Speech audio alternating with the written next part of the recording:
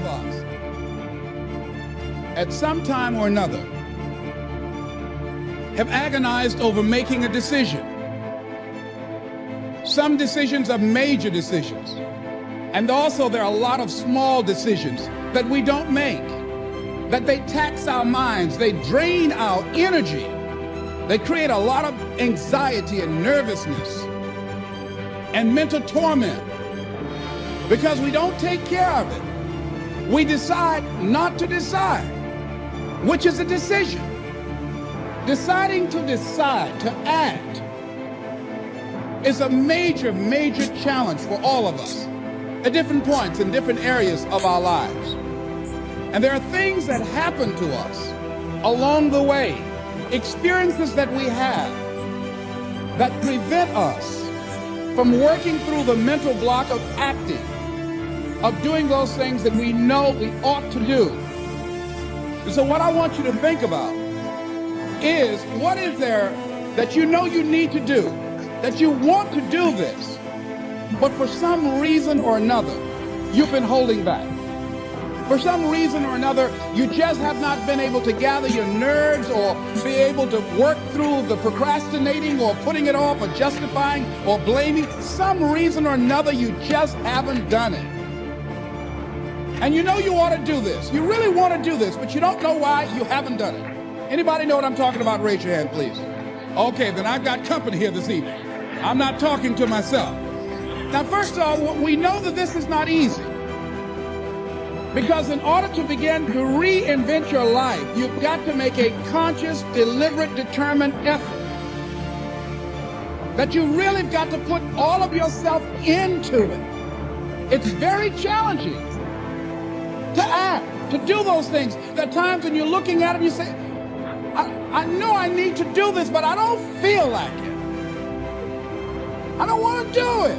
I know I need to do it, yet leave me alone. No, I don't want to do it. So what do we do? What are those things that cause us to do like that? I think that among the things that prevent us from acting is the fear of failure. And if you've already failed, you don't want to fail again. The pain of that. The disappointment, the fear of loss is another thing.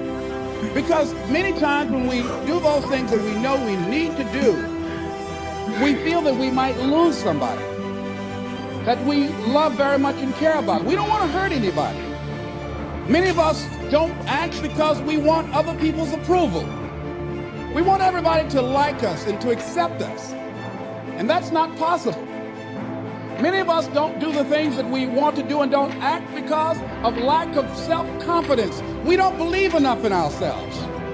So there are many reasons why we don't act. There are other things, though, that affect us. Is that not wanting to take personal responsibility. We want somebody else to do it. And many times we pick up our inability to do certain things from people that we love, people that we admire.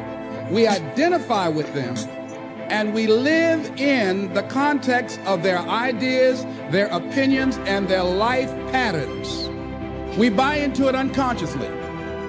You want to begin to look out on your life and what you want for you.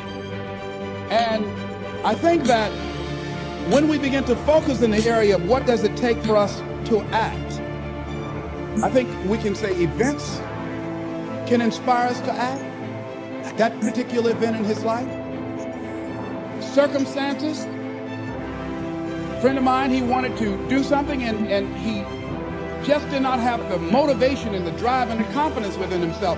But his circumstances changed overnight through an acquisition of the company that he worked for.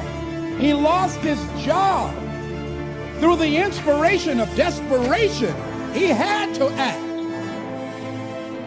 See, life also are things that can inspire us to act. See, if we don't have the courage, and that's what it takes, courage. It takes guts to do that which you know you need to do. If you don't have the courage to act, life many times will move on you and make you act. Life will whoop your butt so bad. You will be so miserable. You will catch so much hell. You say, yes, I will do it. What do you want me to do? Take me. And so what I'm saying to you is that as you begin to look out on your life, this is challenging. This is not easy acting. So what are the things that we can begin to do to harness our will? Number one, you've got to bring it out and look at it. You've got to take the power out of it. You've got to expose it to the truth. And the truth is that it has no power over you. So write down something you want to act on, but for some reason that you've been holding back, and look at it. The next thing is, ask yourself the question, is it helping you to continue to put it off?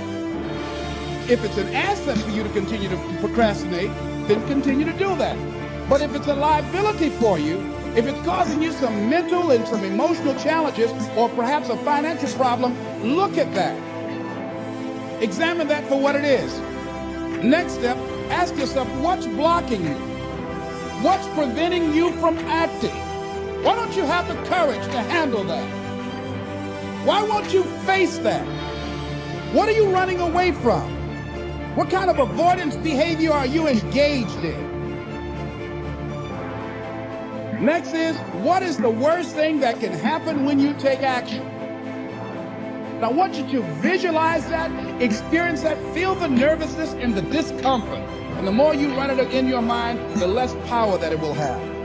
Next is, how will you feel after taking this action? You ask the question, what are you going to do? Look at, as you think about this that you know you need to handle, what are you going to do? And then write down 3 strong reasons on why you know you must take action. And be explicit and descriptive in your reasons, because your reasons have power. Your reasons will drive you. When you have doubt, when your faith becomes weak, your reasons will fortify your faith.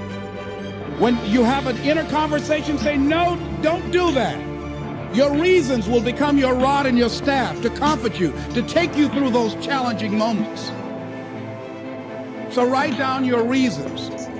And what you will find, that when you decide to act, when you decide to take life on, and let me warn you, it can be painful, it will be uncomfortable, and that's where the growth is. When you're uncomfortable, when you're stretching out, when you're taking life by the collar, you're going to get thrown to the ground again and again and again. But when you have determination, and you know that what you're doing is right, it gives you your life, it gives a special meaning and power to you, you will have some power from on high. You will discover some things about yourself that will begin to electrify your personality. You'll begin to discover some things about you that you don't know you've got when you put yourself in that type of challenging situation.